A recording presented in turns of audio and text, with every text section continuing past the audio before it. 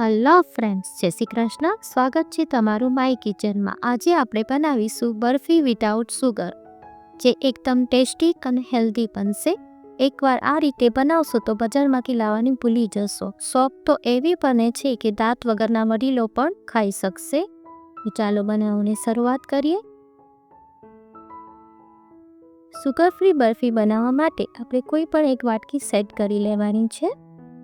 તો પહેલાં એક વાટકી આપણે દૂધ લઈશું, તેને બોઇલ કરવાનું છે. એક ઉપરો આવે નહીં ત્યાં સુધી આપણે બોઇલ કરશું.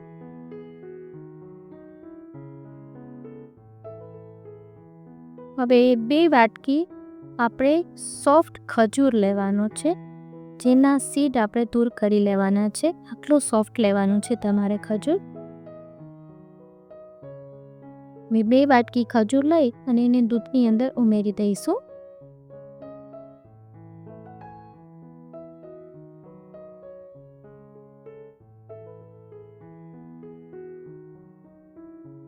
જો આ રીતે દૂધમાં ઉમેરી અને આપણે એને 10 મિનિટ માટે પલળવા દઈશું.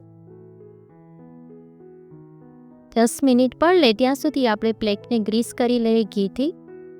જો પ્લેટને ગ્રીસ કરી લીધી છે, હવે આપણે જોઈ લઈએ આપણો ખજૂર પલળી ગયો છે. ખજૂર સરસ પલળી ગયો છે.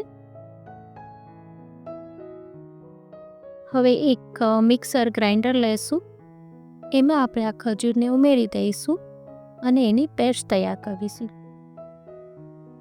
જો તમને આજની રેસીપી ગમે તો લાઈક કરજો, તમારા ગ્રુપમાં શેર કરજો અને આજ સુધી તમે મારી ચેનલને સબસ્ક્રાઈબ ના કરી હોય તો સબસ્ક્રાઈબ કરી દેજો અને બાજુમાં આવેલા બેલ આઇકનને પ્રેસ કરી દેજો, જેથી આવનારા બધા જ વિડીયોનું નોટિફિકેશન તમને મળી જાય.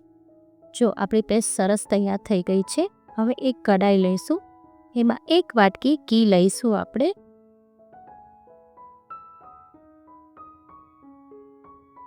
પછી 2 વાટકી ઘઉંનો લોટ લેવાનો છે, જે આપણે રોટલી અને પરાઠામાં યુઝ કરીએ છીએ તે જ લોટ આપણે લેવાનો છે. 2 વાટકી લોટ ઉમેરી અને એને સ્લો ફ્લેમ પર આપણે શેકીશું. આ બરફીમાં આપણે મિલ્ક પાવડર કે માવાનો ઉપયોગ કર્યો નથી, છતાં પણ એકદમ સોફ્ટ બને છે અને ટેસ્ટમાં તો માવાની બરફી હોય એવો ટેસ્ટ આવે છે. આમાં આપણે ખાંડ કે ગોળનો પણ ઉપયોગ કર્યો નથી. હવે આ રીતે ધીમે ધીમે આપણે એને ધીમી ફ્લેમ પર આપણે શેકવાનો છે. લોટ શેકાઈ જાય એટલે એમાંથી સુગંધ આવે એટલે આપણો લોટ શેકાઈ ગયો છે. હવે તમને નજીકથી બતાવી દઉં. જો આવો પ્લફી થાય ત્યાં સુધી આપણે શેકવાનો છે. લોટ એકદમ પ્લફી થઈ જશે. જો આપણો લોટ ફાઇન શેકાઈ ગયો છે. હવે એમાં આપણે જે ખજૂરની પેસ્ટ છે તે ઉમેરવાની છે. ખજૂરની પેસ્ટ આમાં ઉમેરી દઈશું. તમારે બીજી સુગર ફ્રી રેસીપી જોવી હોય તો મેં નીચે ડિસ્ક્રિપ્શન બોક્સમાં લિંક આપેલી છે.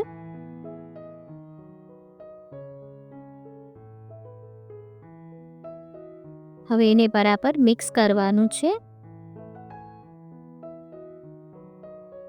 સ્લો ફ્લેમ પર જ કરવાનું છે આ બધું આપણે. જો બરાબર મિક્સ થઈ ગયું, એકદમ બાઇન્ડિંગ આવી ગયું, બસ હવે એમાં 1 ચમચી આપણે સૂંઠ પાવડર ઉમેરીશું. હવે એને પણ બરાબર મિક્સ કરી લેવાનું છે. ગેસની ફ્લેમ આપણે સ્લો જ રાખીશું. બરાબર મિક્સ થઈ જાય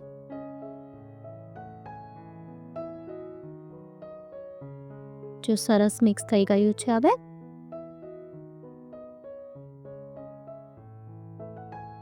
હવે એમાં ગેસ બંધ કરી દઈશું આપણે. હવે એમાં 1 ચમચી ઘી ઉમેરીશું. પછી સરસ મિક્સ કરી લેવાનું છે.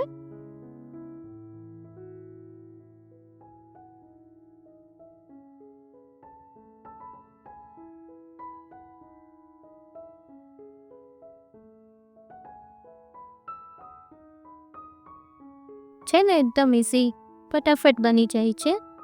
બસ હવે એનામાં પાથરી દઈશું.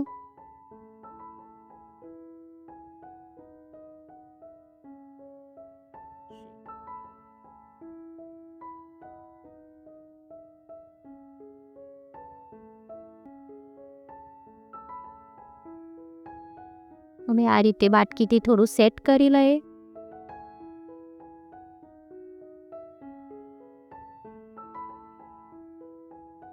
હવે પમ્પકિન સીડથી આપણે એને ગાર્નિશ કરી લઈશું. આમાં તમે કાજુ બદામનો પણ યુઝ કરી શકો છો. તમારા ચોઈસના કોઈ પણ ડ્રાય ફ્રૂટ્સ લઈ શકો છો.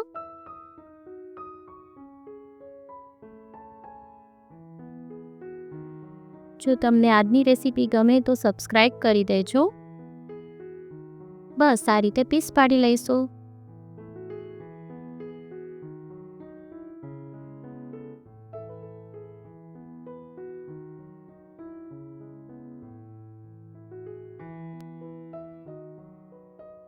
ફરી મળીશું એક નવી જ રેસીપી સાથે.